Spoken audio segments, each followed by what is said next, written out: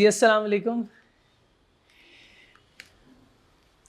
Graduate convergence course GCC1 हमारा subject है और GCC1 का हमारा आज पहला लेक्चर है।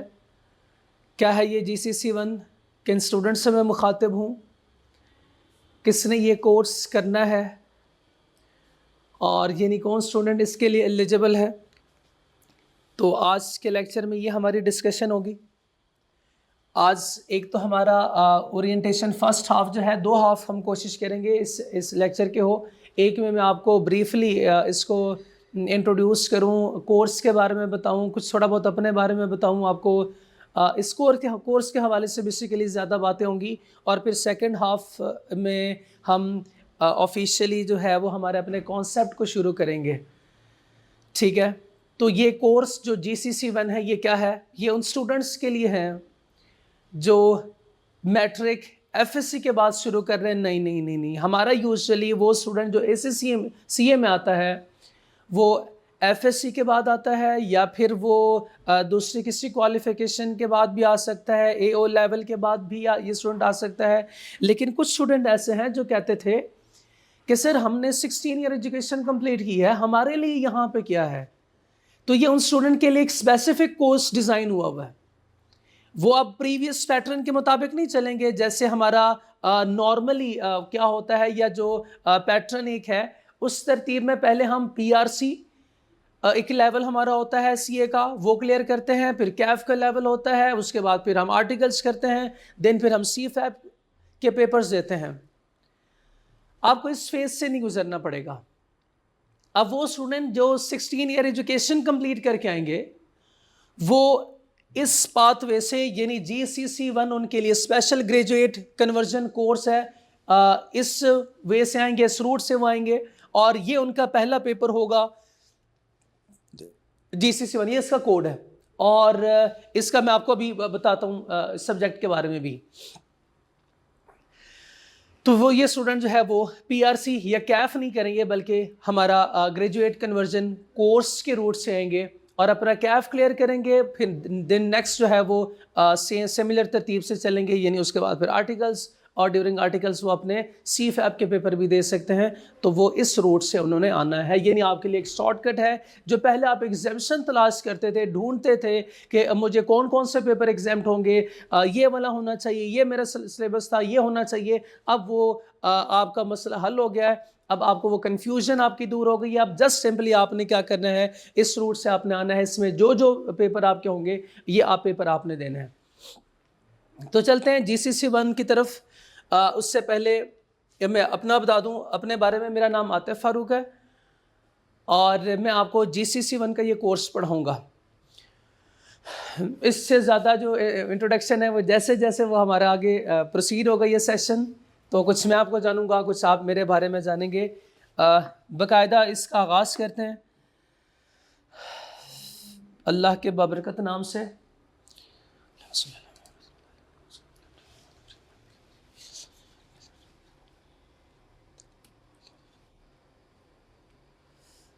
चलिए, ये कुछ मेरे बारे में है। मैं इसके अलावा कौन से कोर्सेज पढ़ा रहा हूँ तो वो ये है, और ये जो हमारा कोर्स है इसमें क्या क्या होगा तो वो भी मैं आपको बता दूं। हमारा जो ये कोर्स है इट कंप्राइजेज ऑफ वो सारे कोर्सेज जो मैं ऑलरेडी पढ़ा रहा हूँ।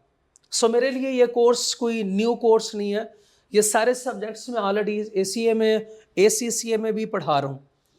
सो ये इसका कॉम्बो बना हुआ है जो ऑलरेडी मैं टीच कर रहा हूँ। F1 ACC F4 PRC 3 PRC 5 CA level पे और CA ही लेवल पे CAF 4 सब्जेक्ट लॉ यानी मैं पढ़ा रहा हूँ जो हमारे इस कोर्स का हिस्सा है। तो ये कोर्स मैं आपको इंशाल्लाह पढ़ाऊँगा। हमारे इस कोर्स का नाम है business concepts and environment. Business concepts ऐसे लगता है जैसे सारे बिजनेस के कॉन्सेप्ट होंगे और कुछ हम एनवायरनमेंट के बारे में पढ़ेंगे। सिर्फ ये नहीं होगा, इसमें क्या क्या है, सब्जेक्ट और इंट्रोडक्शन। तो सब्जेक्ट और इंट्रोडक्शन में मैं आपको बताऊंगा कौन कौन सी चीज़ें हमारे इस कोर्स का हिस्सा है, कौन कौन सी चीज़ें हमारे इस कोर्स का हिस्सा है। तो आइए चल के देखते हैं कि हमारे इस सिलेबस में ये जो ग्रेजुएट कन्वर्जन कोर्स है इसका सिलेबस क्या है? इसका सिलेबस ये है, ये टेबल ऑफ कंटेंट है।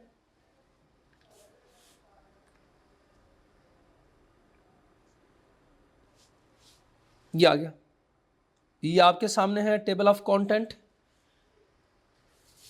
इसमें 5 पेपर हमने देने हैं। Business concept and environment, GCC 2 taxation principles and compliance, management accounting, corporate reporting, audit and assurance essentials. देखा जाए तो इसके साथ लिखा हुआ है कैफ 2, कैफ 5, कैफ 6 और कैफ 8। ये कैफ के जो सब्जेक्ट्स, मेजर सब्जेक्ट्स हैं, ये आपको देने पड़ेंगे। इसके साथ ऐसा कुछ नहीं लिखा हुआ बिजनेस कॉन्सेप्ट्स एंड एनवायरनमेंट के साथ। तो सर ये क्या सीए का सब्जेक्ट नहीं है? नहीं, बिल्कुल ये सीए का ही सब्जेक्ट है, और ये चूंकि कॉम्बिनेशन ऑफ मल्टीपल सब्जेक्ट्स हैं, सो इसलिए उन्होंने उसके साथ कोई एक स्पेसिफिक सब्जेक्ट नहीं लिखा हुआ। सो मैं आपको बता दूं कि इसमें कौन कौन से सब्जेक्ट्स होंगे। तो इसके अंदर हमारे सब्जेक्ट्स जो है, ये पीआरसी लेवल का सब्जेक्ट है, बिजनेस इनसाइट्स पीआरसी का सब्जेक्ट है, इकोनॉमिक इनसाइट्स पीआरसी का सब्जेक्ट है, बिजनेस लॉ कैफ का सब्जेक्ट है, ये भी कैफ का सब्जेक्ट है। तो ये सीए के ही सब्जेक्ट्स हैं। तो उन्होंने मल्टीपल सब्जेक्ट्स को कंबाइन करके एक ही पेपर बना दिया है जीसीसी 1 के नाम से। सो इसलिए उन्होंने वहां पे स्पेसिफाई नहीं किया, और ना ही वो कर सकते थे कि कंप्लीट है। बाकी सब्जेक्ट्स चूंकि एज इट इज वही हैं, यहाँ पे उन्होंने कुछ तोड़ मोड़ के, कुछ थोड़ा सा इसको मॉडिफाई करके, कुछ चीज़ें इसमें से एक्सक्लूड करके ये एक सेपरेट सब्जेक्ट बनाया हुआ है जीसीसी 1 के नाम से, बिजनेस कॉन्सेप्ट एंड एनवायरनमेंट। अच्छा सर, कौन कौन सी चीज़ें इसमें एग्जामिनेबल होंगी? तो टेक्निकल कॉम्पिटेंसीज ये है कि ये चीज़ें हम एग्जामिन करेंगे। अगर हम देखें क्वांटिटेटिव एनालिसिस फॉर बिजनेस में, चूंकि अभी आपको नहीं पता, लेकिन ये सारे कॉन्सेप्ट्स हैं जो हमने स्टडी करने हैं। ये सारे कॉन्सेप्ट्स हमने उधर उसके बिजनेस के स्टडी, क्वांटिटेटिव एनालिसिस के स्टडी करने हैं। बिजनेस इनसाइट्स के ये सारे कॉन्सेप्ट्स हम डिस्कस करेंगे। इकोनॉमिक इनसाइट के ये वाले कॉन्सेप्ट जो है वो हमारे सिलेबस का हिस्सा है। और उसके बाद फिर लॉ शुरू हो जाएगा, जिसमें बिजनेस लॉ है और कंपनी लॉ है। तो बिजनेस लॉ ये है, बिजनेस लॉ के ये सारे प्रोविजंस और ये सारे हम कॉन्सेप्ट डिस्कस करेंगे। कॉर्पोरेट लॉ के सारे सेक्शंस ये हैं, ये सारे एग्जामिनेबल हैं। तो ये चूंकि अभी आपको चूंकि इसके बारे में नहीं पता, तो मैं जस्ट आपको दिखा रहा हूँ। मेरा काम ये होगा कि इसके नोट्स मैं आप लोगों को प्रोवाइड करूँगा, और बाकायदा तरतीब के साथ मैं चलूँगा। और तरतीब मैं बता दूं कि तरतीब मेरी अपनी होगी, क्या पहले पढ़ाना है, कैसे लेके चलना है, तो ये मैं आप लोगों को बताऊँगा। आई कैप ने इसका स्टडी मटेरियल दिया हुआ है, जीसीसी 1 का आई कैप का ये स्टडी मटेरियल है। हम आई कैप का स्टडी मटेरियल भी फॉलो कर सकते हैं। हम आई कैप की स्टडी ये स्टडी टेक्स्ट से भी पढ़ सकते हैं, लेकिन मैं इधर से पढ़ाऊँगा नहीं, उसके मल्टीपल रीजंस हैं, पहले वो सुन लीजिएगा। सबसे पहला इसका जो इसमें मसला है वो ये, अच्छा पढ़ने में ये किताब बहुत अच्छी है।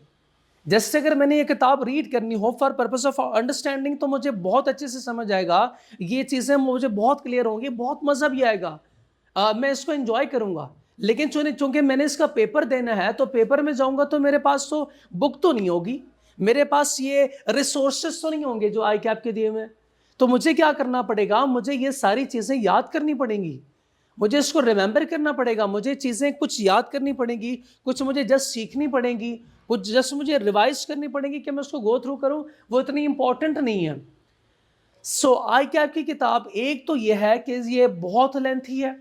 अगर देखा आपको अगर नजर आ रहा हो तो ये 774 पेजेस की किताब है। क्या आप ये कर सकते हैं याद? क्या आप इसको जो है वो रिवाइज कर सकते हैं आखिरी दिनों में? तो ये बहुत मुश्किल हो जाएगा आपके लिए। सो स्टडी रिसोर्सेज मैं आपको अपने प्रोवाइड करूंगा। हमारे आई कैप के स्टडी रिसोर्सेज की एक कॉपी होगी और कॉपी आसान होगी। सर क्या कुछ इसमें एक्सक्लूड करेंगे ताकि कम हो जाए? नहीं नहीं नहीं नहीं, आई कैप ने चूंकि एक्सप्लेनेशन बहुत ज़्यादा दी होगी, तो मैं वो चीज़ें आपके नोट्स में ऐड करूंगा कि जो हमने चीज़ें याद करनी है। एक्सप्लेनेशन मैं आपको क्लास में दूंगा, एग्जाम्पल्स मेरी आसान वाली मेरी एग्जाम्पल होंगी, तो हमारे जो स्टडी नोट्स होंगे या हमारे जो रिसोर्स होगा वो आई कैप नहीं होगा, बल्कि आपके इंस्ट्रक्टर की ही नोट्स होंगे, और वो सिंप्लीफाइड वर्जन में होंगे, लॉजिकल सीक्वेंस में वो नोट्स होंगे, ताकि याद करने में और बाद में रिवाइज करने में आपको कोई प्रॉब्लम ना हो, इसमें आपको आसानी होगी। ठीक है, ये बात क्लियर हो गई कि रिसोर्सेज हम कौन सी यूज़ करेंगे, हम कोई भी इसके अलावा रिसोर्स आप यूज़ नहीं करेंगे। ये स्टूडेंट बार बार सवाल पूछते हैं कि सर रिसोर्सेज कौन सी यूज़, कौन सी किताब से पढ़ें, सर की किसी लाइब्रेरी से जाके ये किताब कर लें। हम तो यूनिवर्सिटी में ऐसे ही करते थे सर, 16 ईयर एजुकेशन तक तो हम फलां से किताब ले ली, वो किताब पढ़ ली, इंटरनेट से डाटा डाउनलोड किया, तो बस ऐसे ओपन फील्ड है, हम कहीं से भी कर सकते हैं। नहीं, ऐसे नहीं होगा। जब बाउंड्री सेट हो गई आई कैप की तरफ से, तो हम विद इन द बाउंड्रीज रह के अब क्या करेंगे, अब हमने अपना काम आसान बनाना है। ठीक है, तो ये हमने करना है। नोट्स में आपको अपने प्रोवाइड करूंगा। अच्छा, सेकेंडली ये आपके सामने है, ये टेबल ऑफ कंटेंट्स है जीसीसी 1 का। इसमें इसके टोटल चैप्टर्स देखिएगा, ओ 29 चैप्टर्स, 29 चैप्टर्स हैं इस हमारे सब्जेक्ट में। तो ये 29 चैप्टर्स हमने याद करने हैं। सो अगर इधर से करेंगे 774 पेजेस तो बहुत ज़्यादा होते हैं, पॉसिबल ही नहीं है ये शायद एक ह्यूमन बीइंग के लिए तो पॉसिबल नहीं है। तो हमने ये काम नहीं करना। हम इंशाल्लाह इसको एक तो समराइज करेंगे, दूसरा ये सिंप्लीफाइड करेंगे, और इसको मैं अपनी तरतीब से पढ़ाऊंगा। चैप्टर 1 से शुरू करना है, किसी दूसरे चैप्टर से शुरू करना है, ये मेरी मर्जी होगी। बस आपने जैसे मैं बताऊंगा उस तरतीब से आप मेरे साथ साथ चलेंगे। अच्छा सर, मेरी तरतीब जो है वो डिफरेंट क्यों हो सकती है, उसकी रीज़न क्या है, वो सब्जेक्ट के नेचर को सामने रखते हुए मैं ये डिसाइड करूँगा कि कौन सा एरिया जो है एक तो एग्जामिनर का फेवरेट है, प्लस सेकेंडली कौन सा एरिया मुझे शुरू करना चाहिए ताकि इस सब्जेक्ट के अंदर आपका इंटरेस्ट डेवलप हो, प्लस इसका ये भी होगा कि कोई लॉजिकल सीक्वेंस मैंने सेटअप करना होगा। डायरेक्ट जो है वो मुश्किल चीज़ें शुरू करवाऊँ, मैं आसान से शुरू करूँ, मैं उनसे शुरू करूँ जो कि थोड़े से इंटरेस्टिंग भी हो, थोड़े से लॉजिकल हो। तो मैं ये मेरी डिस्क्रिप्शन पे होगा। बस आप लोगों ने क्या करना है कि मुझे फॉलो करना है, मेरा साथ देना है और साथ साथ चलना है। ठीक है, ये थोड़ी बहुत बातें थी जीसीसी 1 के बारे में। नेक्स्ट पेपर पैटर्न भी मैं आप लोगों के साथ डिस्कस करूंगा। पेपर पैटर्न के बारे में भी आप लोगों को बताऊंगा कि इसका पेपर कैसे होगा, हमने कैसे इसको लेके चलना है। तो ये अभी जीसीसी 1 के बारे में थोड़ा बहुत हो गया, और इंस्ट्रक्टेड इंट्रोडक्शन। इसके बारे में मज़ीद अगर आपने सर्च करना हो, अगर मज़ीद आपको इन्फॉर्मेशन चाहिए हो, तो आप क्या करेंगे, चूँकि सर हम 16 एजुकेशन से आए, हमें तो नहीं पता कि हमने क्या करना है, कहाँ से इन्फॉर्मेशन मिलेगी। तो आपको इन्फॉर्मेशन जो है वो चाहिए, तो आप ऐसा करेंगे कि अपने एक्सप्लोरर पे जाएंगे, सिंपली गूगल पे लिखेंगे इधर आके आई कैप GCC 1। आई कैप इसलिए लिखिएगा क्योंकि आई कैप का ये पार्टिकुलर कोर्स है, GCC 1 के नाम से बहुत कुछ आ सकता है, तो आपके लिए ये सिंप्लीफाइड हो जाएगा ना, आसान हो जाएगा। तो आई कैप GCC 1 ये आपके सामने कुछ स्कीम की बात करेगा, कुछ और बातें होंगी। मैं इसको सिंप्लीफाइड रखता हूँ, और देखें उसने हमें ये एक पैराग्राफ दिया हुआ है। कहता है ICAP GCC, specially GCC 1 business concept and environment is a specialized pathway for graduate 16 year education to enter the institute of chartered accountant of Pakistan. Now you can enter into ICAP system, bridging them directly into the CAF level. Directly आपको CAF level पे लेकर आते हैं। यानी इसका मतलब ये हुआ कि कुछ जो है वो स्किप करवाने, तो बिल्कुल होता है कि वो आपका एक लेवल जो PRC लेवल होता है हमारा CA का, अगर कोई नॉर्मल रूट से आता है तो वो आपको स्किप करवा देता है, आपको डायरेक्ट कैफ लेवल में प्रमोट करते हैं, और कुछ पर्टिकुलर पेपर आपसे वो आपको टेस्ट करवाएगा, बाकी जो है वो आपके एग्जाम्प्ट होंगे। It cover business analytics, economics and law. उसने इसका स्कोप भी बता दिया कि इस GCC 1 सब्जेक्ट का स्कोप किया हुआ है, जैसे पहले हमने बात की है। आई कैप GCC 1 के बारे में कुछ मजीद वो डिटेल देता है। टारगेट ऑडियंस, जैसे पहले शुरू में मैंने बात की कि कौन से स्टूडेंट से मैं मुखातिब हूं, तो मेरा टारगेट ऑडियंस वो है students holding a 16 year education degree, ये looking to pursue a CA qualification, अगर उसमें आना चाहते हैं। इसमें होगा क्या, तो ये इनक्लोज्ड है इस सब्जेक्ट में या इसके सिलेबस में। Serve as a bridge to skip earlier entry level exam, यानी पीआरसी जैसे भी मैंने बात की, डायरेक्टली आप एंटर होंगे कैफ स्टेज पे। सर इसके timing availability courses such is those mentioned. अच्छा मैंने ना पता क्या किया था, मैंने ये गूगल में ना मेरा चूंकि एआई मोड उसका ऑन है, तो ऑटोमेटिकली उसने क्रिश्चियन कॉलेज जिस प्लेटफॉर्म से अभी मैं आपसे मुखातिब हूँ, क्रिश्चियन कॉलेज ये ऑफर करता है, सो इसलिए उसने खुद ही ये एआई ने क्रिश्चियन कॉलेज का यहाँ पे नाम दिया। ये जाहिर है वो उसमें नहीं लिखा होगा, लेकिन चूंकि उसे पता है एआई मोड में ये आ जाएगा आपको। Are scheduled periodically with recent classes starting in March 2026। ये तो वो पोस्ट में शायद लिखा होगा। अच्छा इंस्टाग्राम की ये कोई पोस्ट है, अगर मैं इसको इस पर क्लिक तो नहीं किया, बस मैंने जस्ट सिंपली इस पर आया हूँ, तो देखिएगा कि ये देखें, ये उसने कह दिया कि भाई ये वो पोस्ट क्रिश्चियन कॉलेज की तरफ से थी कि वो इसको आप ऑफ़र कर रहे हैं, अगर आपने करना है तो। ये जो मैं सर्च कर रहा था उसने मुझे आगे ये फर्दर एक्सप्लोर करिए, ये मुझे आगे for full list of papers and read the education scheme 2025 on the ICAP website, तो ये भी आप इधर से देख सकते हैं। ये शायद कॉलेज वालों की कोई पोस्ट है जो सोशल मीडिया पे अवेलेबल है, तो बेसिकली उसने उसका लिंक यहाँ पे कॉपी किया कि अगर आपने देखना है, मोर इन्फॉर्मेशन आपको चाहिए, तो आप इधर से देख सकते हैं। तो डायरेक्टली अगर आप इधर आते हैं तो इधर से आप कॉलेज के वेबसाइट और उसको भी विज़िट कर सकते हैं, और उधर भी आप देख सकते हैं कि क्या क्या इन्फॉर्मेशन है, कौन सी इन्फॉर्मेशन ये मेरे लिए रिलेवेंट है। ठीक है, नहीं हमने इंस्टाग्राम पे नहीं आना,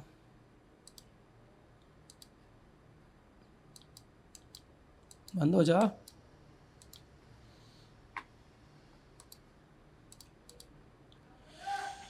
ठीक है,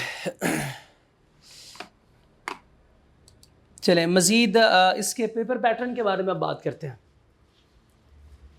ये पेपर हमारा CBE होगा, CBE एग्ज़ाम है, यानी कंप्यूटर बेस्ड एग्ज़ाम होगा। और इसमें होगा सर क्या, इस सब्जेक्ट में यानी GCC 1 हमारा ये एक तो कंप्यूटर बेस्ड एग्ज़ाम है और 2 घंटे की असेसमेंट होगी। Duration typically 120 minutes standard for full paper. Total marks होंगे 100 और पासिंग क्राइटेरिया ICAP का है 50% मार्क्स आपने लेने हैं। आपने इसमें ये A grade, B grade, C grade नहीं है, बस आपने 50% मार्क्स सिक्योर करने हैं। 50% आ गए तो आप पास हैं, चाहे आपके 50 हो चाहे आपके 99 हो, आप पास हैं, सिर्फ आप पास हैं। ठीक है, एग्जामिनेशन टाइमिंग है immediately after the Kaif examination. Kaif की जो अटैम्प्ट होगी, अब कैफ की सर अटैम्प्ट कब होगी, उसके बाद फिर GCC 1 की अटैम्प्ट शुरू होगी। कैफ की अब अटैम्प्ट होती है एक फ़ैब में और एक अगस्त में अटैम्प्ट होती है, यानी आपकी भी अटैम्प्ट जो है वो फ़ैब और अगस्त में हुआ करेगी कैफ के एग्जामिनेशन के बाद। कैफ की एग्जामिनेशन फर्स्ट वीक में या फिर सेकंड वीक के जो नेक्स्ट मंडे है, कमिंग मंडे, वहाँ से ICAP इसको शुरू करता है। तो कमेंसमेंट डेट ये फर्स्ट 10 डेज़ में ही है, तो नेक्स्ट वीक में यानी next half of the month में वो इसके कैफ के पेपर कंप्लीट हो जाते हैं। फिर उसके बाद फिर थर्ड, मैं ये प्रेडिक्ट कर रहा हूँ कि थर्ड वीक में या फिर आखिरी जो हाफ ऑफ द मंथ है, third half of the month, उसमें आपका ये पेपर होगा। ये अब मेरे प्रेडिक्शन है। इसके बाद जो है वो ये आपके डेट्स भी आ जाएंगे, ICAP वो भी अनाउंस करेगा। अच्छा, अब इसकी असेसमेंट होगी कैसे? ऑब्जेक्टिव एंड सब्जेक्टिव मिक्स है। ऑब्जेक्टिव बोले तो MCQs होंगे, MCQs टेस्ट होंगे, और सब्जेक्टिव क्या होगा कि आपने सब्जेक्टिव कहते हैं कि MCQs में तो सिलेक्शन करते हैं, इसमें आपको लिखना पड़ेगा या आपको टाइप करना पड़ेगा। तो चूंकि कंप्यूटर बेस्ड एग्जामिनेशन है तो इसमें हमने MCQs को वहां पे सिलेक्ट करने हैं, करेक्ट ऑप्शन को चूज करना है, अप्रोप्रिएट आंसर को सिलेक्ट करना है हमने, और सब्जेक्टिव पेपर को, ये subjective part of the paper को हमने टाइप करना होगा फिर। ठीक है, तो उसके लिए भी वो क्या करेंगे, the examination include MCQs and subjective या descriptive questions. The paper is taken on a computer. Examinees are required to answer in the provided digital answer script. आपको डिजिटल आंसर स्क्रिप्ट प्रोवाइड करेंगे, उसमें आपने क्या करना है, इसको टाइप करना है। Calculators are permitted. ओहो, ना भी देते इजाजत तो हम इंशाल्लाह तैयारी कर लेंगे इस पेपर में। वैसे जरूरत है, यस बिल्कुल इसमें जरूरत है, इसमें बिल्कुल ज़रूरत है। But specific instructions on permitted types should be followed और वो इंस्ट्रक्शन इधर लिखी हुई है, इसका भी लिंक। अच्छा, मैं ये गूगल से आपको इसलिए आपको निकाल के दिया है कि अगर आप इसको सर्च करना चाहें मज़ीद, अगर आपको मेरी कोई बात ना समझ आई हो, इसको मज़ीद आपने एक्सप्लोर करना हो तो आप इधर से कर सकते हैं, आपके लिए मैंने आसानी पैदा किया। अदरवाइज़ मैं ये कर सकता, चूँकि मैं तो आई कैप का मेंबर, तो मैं सिंपली क्या कर सकता था कि वहाँ आपको आई कैप के पोर्टल पे ले जाता, तो वहाँ से आपको चीज़ें दिखा देता। अभी चूँकि आपकी एफिलिएशन नहीं है तो आप उसको लॉग इन नहीं कर सकते। हाँ, गूगल से तो ये सारी इन्फॉर्मेशन आप ड्राइव कर सकते हैं ना। इसकी ऑथेंटिसिटी के लिए या आई कैप का कि वेबसाइट या वहाँ की जो भी इंफॉर्मेशन आई कैप ने ऑफिशियली अपलोड की है तो वो भी इधर से आपको मिल जाएगी। सिलेबस फोकस मैं आपको ऑलरेडी बता चुका हूँ कि ये चीज़ें हम इस सब्जेक्ट में डिस्कस करेंगे। For the most up to date model paper, चूँकि अभी तक आई कैप ने इसका मॉडल पेपर अपडेट नहीं किया, मैंने लिंक पे क्लिक करके देखा है, अभी तक कोई मॉडल पेपर नहीं आया, तो वो जब आएगा तो वो भी मैं आप लोगों के साथ शेयर करूँगा। ठीक है, तो ये ब्रीफ इंट्रोडक्शन है इस पेपर के बारे में। इस सब्जेक्ट के हवाले से मैंने आपको कुछ चीज़ें बताई। इसके अलावा जो भी इंफॉर्मेशन होगी, जैसे मॉडल पेपर है, जैसे इसके बाद हमारा ये एग्जामिनेशन कैसे होगी, तो वो जो है वो मैं साथ साथ ड्यूरिंग द सेशन आपको बताता जाऊंगा। पॉज कीजिए जी। नेक्स्ट फिर है हमारा course coverage plan. Sir course coverage plan क्या होगा, कैसे होगा, कैसे इस कोर्स को हम लेके चलेंगे थ्रू आउट द सेशन, तो इसके बारे में मैं बता दूं कि डेली बेसिस पे लेक्चर एक आएगा आपको। एक लेक्चर हमारा तकरीबन कोशिश ये होगी कि 1 से 1.5 घंटे का हो। उसमें देखेंगे हम सब्जेक्ट टू, यानी कि टॉपिक की नेचर कैसी है। अगर टॉपिक थोड़ा लेंथी है तो मेरी कोशिश ये होगी कि इसको कंप्लीट करूं, और अगर ज़्यादा टाइम रिक्वायर करता है तो फिर हम इसके टाइम को थोड़ा सा ड्यूरेशन को कम रखेंगे। अच्छा, आई कैप की तरफ से ये सर कितने आवर्स का सिलेबस है, तो ये भी आपको बता दूं कि हमारे जो स्टडी आर आई कैप की तरफ से उनके एलोकेटेड हैं वो है टीचिंग आवर्स 110 से 130, 130 तक के ये स्टडी आवर्स हैं। ये चूँकि कॉम्बिनेशन ऑफ मल्टीपल सब्जेक्ट्स हैं, तो थोड़ा सा आपको ये होगा कि जब आप सब्जेक्ट को या टॉपिक को चेंज करेंगे तो फिर आपको मोड को अपना चेंज करना पड़ेगा, और दूसरा एग्जामिनेबिलिटी चूँकि डिफरेंट टॉपिक्स की डिफरेंट है, तो फिर आपको अपना लर्निंग स्टाइल एंड एटीट्यूड भी चेंज करना पड़ेगा। तो थोड़ा सा ये जो सब्जेक्ट हमारा GCC 1 का है, ये सिलेबस ये ट्रिकी साबित हो सकता है, ये थोड़ा सा डिस्टर्बिंग ये हो सकता है कि सर देखें आप उसमें टॉपिक में तो आपने ऐसे पढ़ाया, तो आपका भी पढ़ाने का अंदाज चेंज हो गया, क्यों? आप तो हमें एक ही तरीके से पढ़ाएं ना।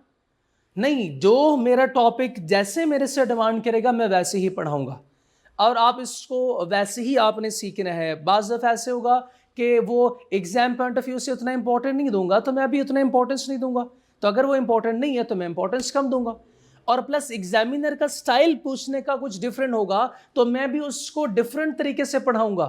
तो जहां पे यूजुअल चलेगा यूजुअल चलूंगा, जहां पे एग्जामिनर थोड़ा अनयूजुअल पैटर्न में आएगा तो मैं भी उसको डिविएट करूंगा। फिर तो बात समझ आ रही है कि मैं इसको इस सब्जेक्ट में ऊंच से नीच जो है वो जैसे मैं करवाऊंगा उसके मुताबिक आपको चलना पड़ेगा।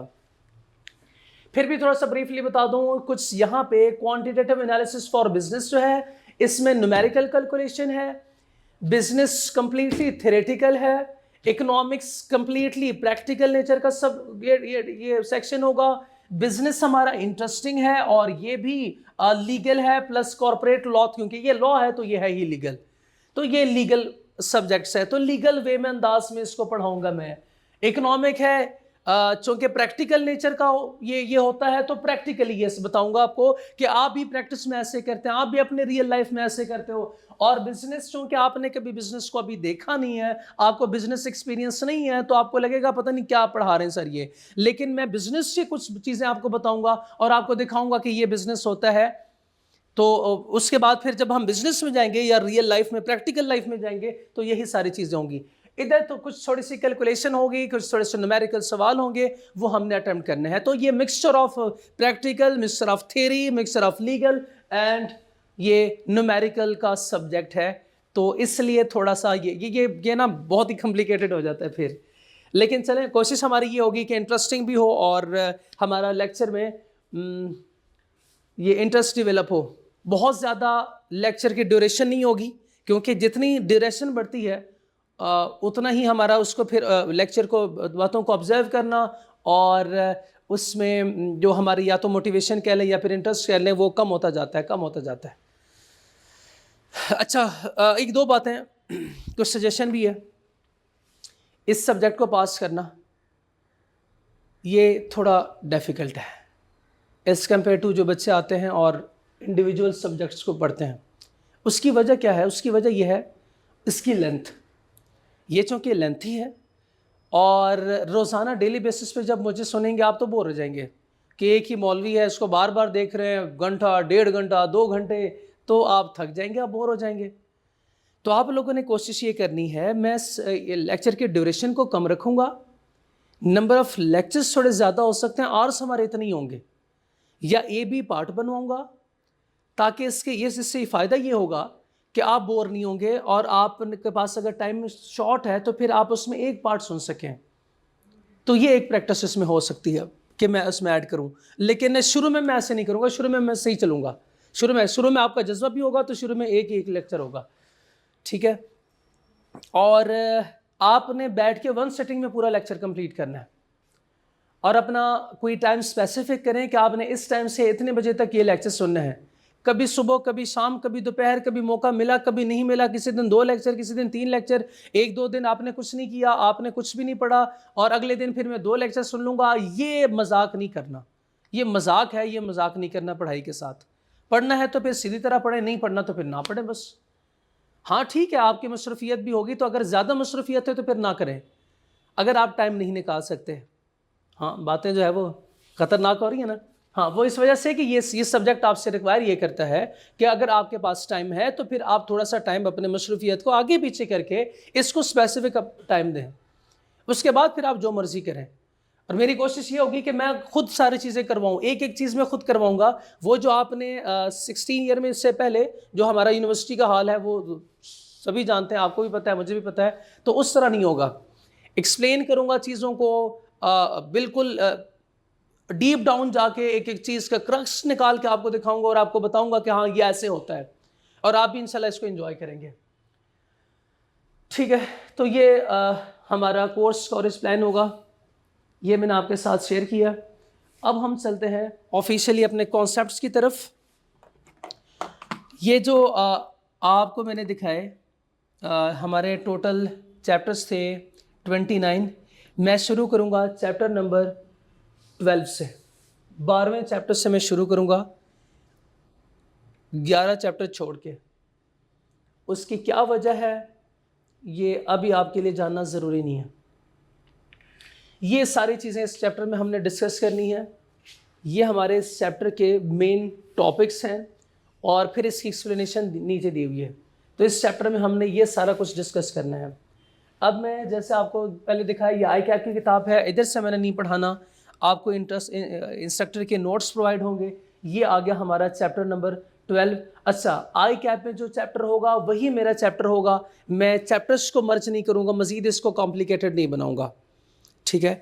आपने क्या करना है, इधर से आपने रीड करना है, इधर से आपने पढ़ना है। आज क्या काम आपने करना है, ये लेक्चर्स सुनते हुए यहाँ पे आपने देखना है। आई कैप की किताब भी मैं शेयर करूँगा और आपके पोर्टल पे भी अपलोड करवा दूँगा। आपने चैप्टर 12 आई कैप का खोलना है। चैप्टर 12 जो आज का टॉपिक मैंने पढ़ाया होगा, आपने मेरे नोट्स ओपन करने हैं और फिर कंपेयर करना है, दोनों को कंपेयर करना है नोट्स के साथ। एक तो आपने कंप्लीटनेस इंश्योर करनी है कि जितनी चीज़ें आई कैप में हैं क्या वो हमारे नोट्स में आ रही हैं। कुछ चीज़ें हो सकता है ऐसी हो कि इसकी जगह आई कैप में इधर बनती नहीं थी किसी दूसरे टॉपिक में, तो मैंने वहाँ पे वो मैं आपको बता दिया करूँगा, आप मेरे से पूछ सकते हैं, वो मैं बता दिया करूँगा। और दूसरी आपने एक चीज़ देखनी है कि कौन सा आपके लिए ज़्यादा आपको आसान लगता है, बेहतर लगता है, तो जो बेहतर होगा फिर आपने उसके साथ जाना है। अगर आपको इंस्ट्रक्टर के नोट्स सही लगते हैं कि ये ज़्यादा बेहतर है तो फिर इसके साथ जाएं। अगर आपको लगता है कि आई कैप में ठीक लिखा हुआ है, मुझे कोई प्रॉब्लम नहीं, मैं याद कर लूँगा, तो फिर आप वो कर लीजिएगा। अच्छा, जब मेरे नोट्स आप पढ़ रहे होंगे तो इस वक्त आपको प्रॉब्लम ये होगी कि अच्छा आई कैप में ये कहाँ पे लिखा होगा, तो ये भी हेडेक जो है वो मैं आपका दूर करूं कि ये आई कैप के बुक के सेक्शन का रेफरेंस दिया होगा मैंने, और जो हमारे ही नोट्स हैं उसमें ये होगा कि मैंने ये ऐसे टॉपिक्स को क्लासिफाई किया होगा कि इस चैप्टर के अंदर मेन टॉपिक्स कौन से हैं, फिर डेफिनेटली इसकी एक्सप्लेनेशन नीचे होगी। मेन टॉपिक ये सारे हैं, और ये अगर आपने आई कैप की किताब में देखना है तो चैप्टर नंबर 12 का सेक्शन 2 सब सेक्शन 2.1, इसी तरह 3, 3.1, 5.2, तो ये रेलेवेंट सेक्शंस जो है वो आपके सामने ये है। आप इधर जाके आई कैप की बुक में ये सेक्शन ढूंढ सकते हैं, देख सकते हैं, इसको रीड कर सकते हैं। ठीक है, तो आपको ढूंढना ना पड़े कि पता नहीं कौन सा चैप्टर होगा, कहाँ ढूंढूंगा मैं, तो ये आपके आसानी के लिए हमने ये भी दिया हुआ है। क्लियर? ये बात समझ आ गई? तो अब हम चलते हैं अपना सिलेबस बाकायदा शुरू करेंगे।